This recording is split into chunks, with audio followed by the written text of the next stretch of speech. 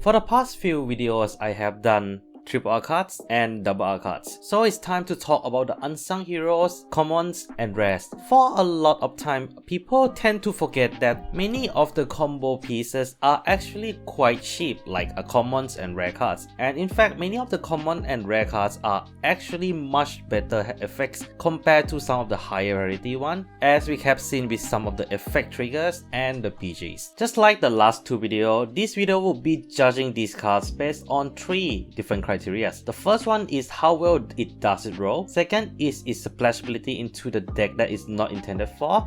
Although this particular factor will affect it a lot lesser compared to double R cards and the triple R cards. And last but the most important one, how well this card actually improve or future-proof the decks. Unlike triple Rs and the double Rs, where the card's power level has been very obvious, the commons tends to be a little bit softer with this effect, so I decided to mod this just a little bit to fit the criteria of the common cards. However, most of them that I'll be listing here are pretty strong in itself, albeit some of them are quite simple. So if you guys have your own thoughts about base 10 common and rare cards from anywhere, do leave in the comments below, as I'm very curious on what people think about this particular set of cards, as it is actually one of the biggest in the booster. Also, I make card content semi regularly, as much as I can do, so if you guys enjoy this kind of content, consider like, share and subscribe to this channel, and ring that bell to keep up with all the notification. And without further ado, let's talk about top 10 CnR cards in BT04. Oh, by the way, I'm not counting effect triggers for obvious reasons, so yeah.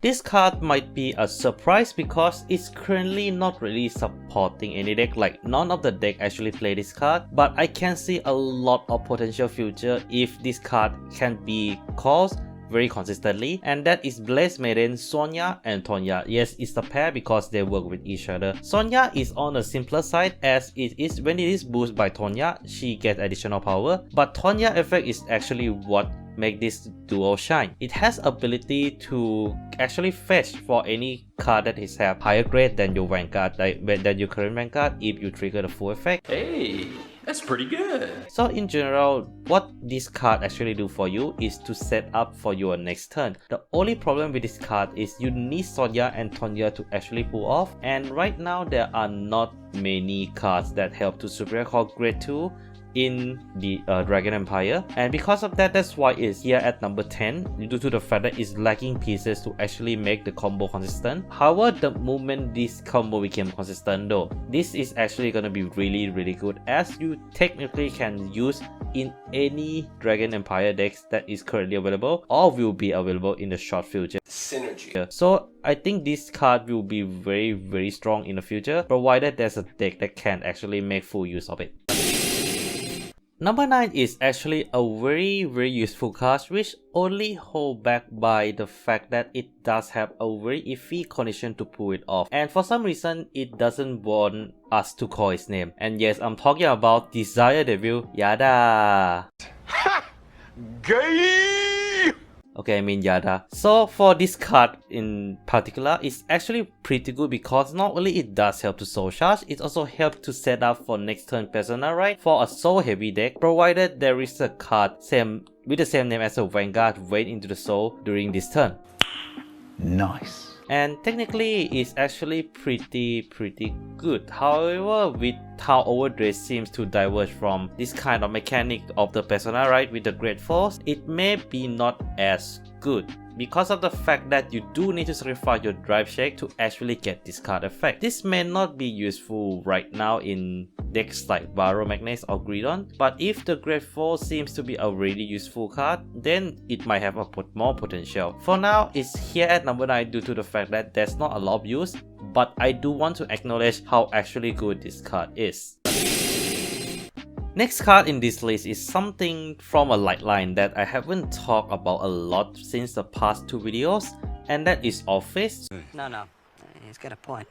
So I wanted to raise some names for Office, and that is Negulita. Negulita actually makes Shadow Army token, or what I like to call it, SAT, near invincible with its ability that actually negates AoE retire cards, as well as give Shadow Army token technically a resist effect. However, this card does stay low in the list is because of the fact that it does leave itself wide open because it doesn't give itself resist and negate AoE retire.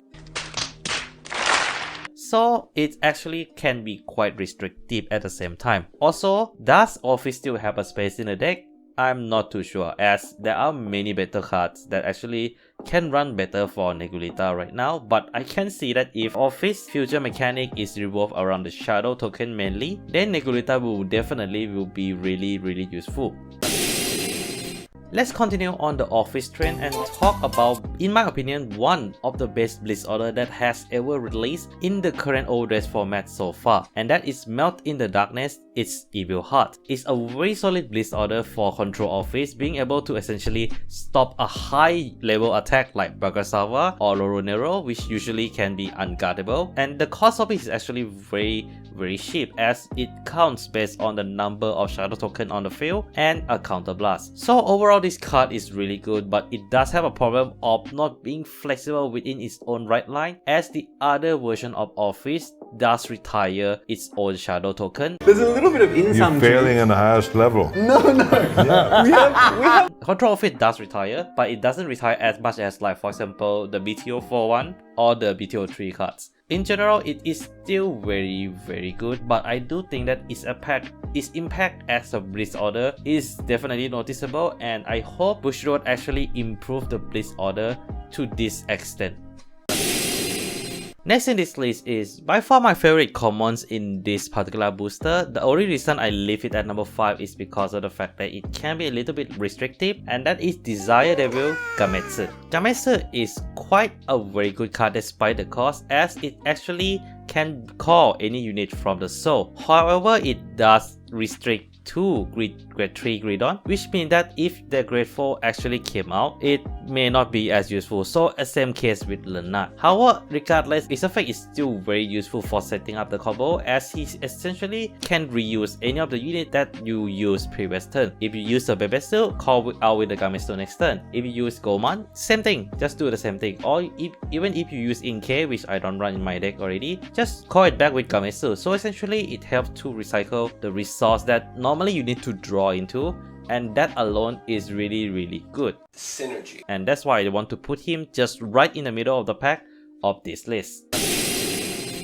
Next card in this list is actually a very useful card in the sense that it helped to improve the defense of this particular right line drastically and make it less reliant on the field presence, and that is heavily Protection Dragon, Embrace Dragon. Coco BL is actually a very fantastic card with a problem that you do need to have a lot of grade 3s on the field or call a lot of grade 3 from your hand to actually pull off this card effect. Heavily Protection Dragon, Embrace Dragon actually remove that condition by just make it very fixed. So if you grade 2 or higher, then it get 10k. If you are grade 4, then you get 20k. So essentially, this card is a one card trigger or draw trigger, effect draw trigger based on your grades, and this is actually very good, as it scales very well when you go into the grade 4 turns. And as someone who have been fighting against multiple Bastion Prime deck, I can dare say that many of the time I actually lose. I actually lose to the fact that Embrace Dragon actually help to protect this stupid Bastion. So yeah, that's why as much as I hate this card, I need to admit its usefulness. The next card in this list is very interesting in the sense that it actually does similar thing to one of the older cards in the BT02, but with ability to actually make use of the card a bit more, and that is Blessed Kickmonk Koke.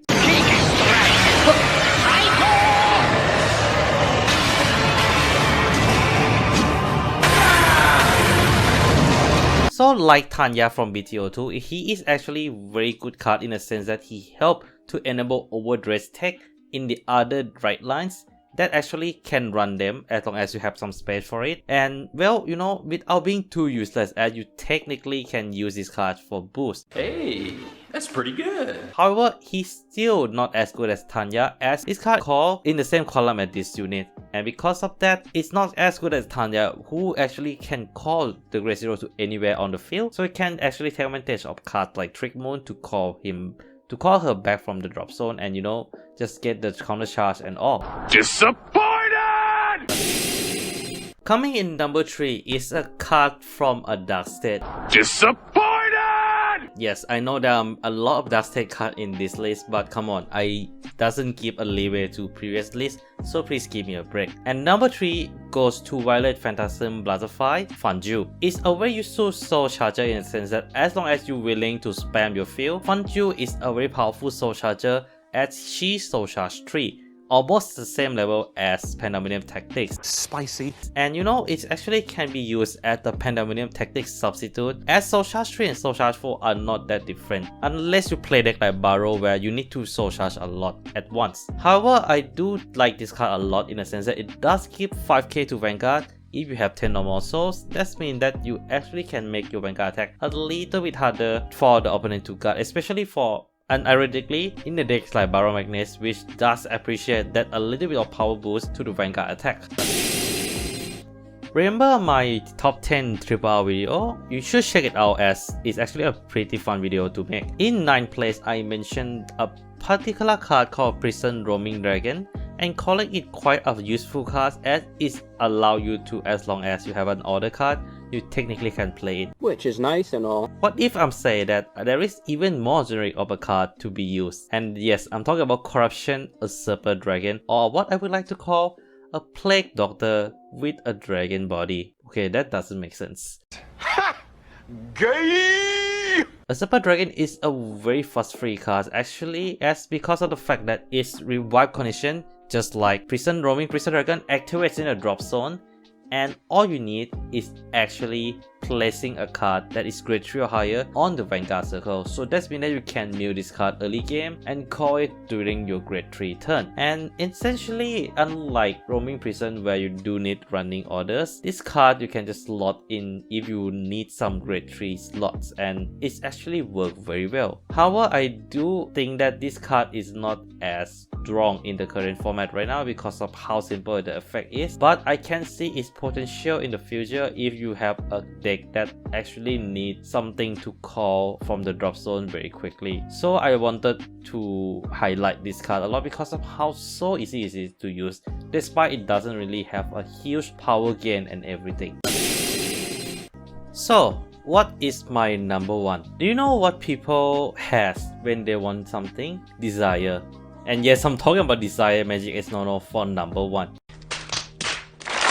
This card is generally a very good card in a sense that it helps Hexa up in the early game so much with its ability to not only check top cards so that you can have a chance to hit trigger, but also gaining the power on its own, so essentially it can hit for a solid number even if opponent hit a defensive trigger. Spicy. And unlike a lot of other Hexa Orb support, it doesn't really disturb Soul or Counterblast, which is actually very useful because of the fact that these are the resources that a lot of key pieces in Hexa Orb do need to use. And well, in general, it also synergizes well with Totanate because of the fact that she is a grade 2, but it can be a little bit risky, just need to discard and everything. Overall, I just like Esnono a lot due to the fact that it just helped the deck early game so much, more so than Owen, which is supposed to be a unit that helped you early game back in the BT02. And that is the end of my 3-parter video of the top cards from BT04. So yeah, if you guys enjoyed this kind of video,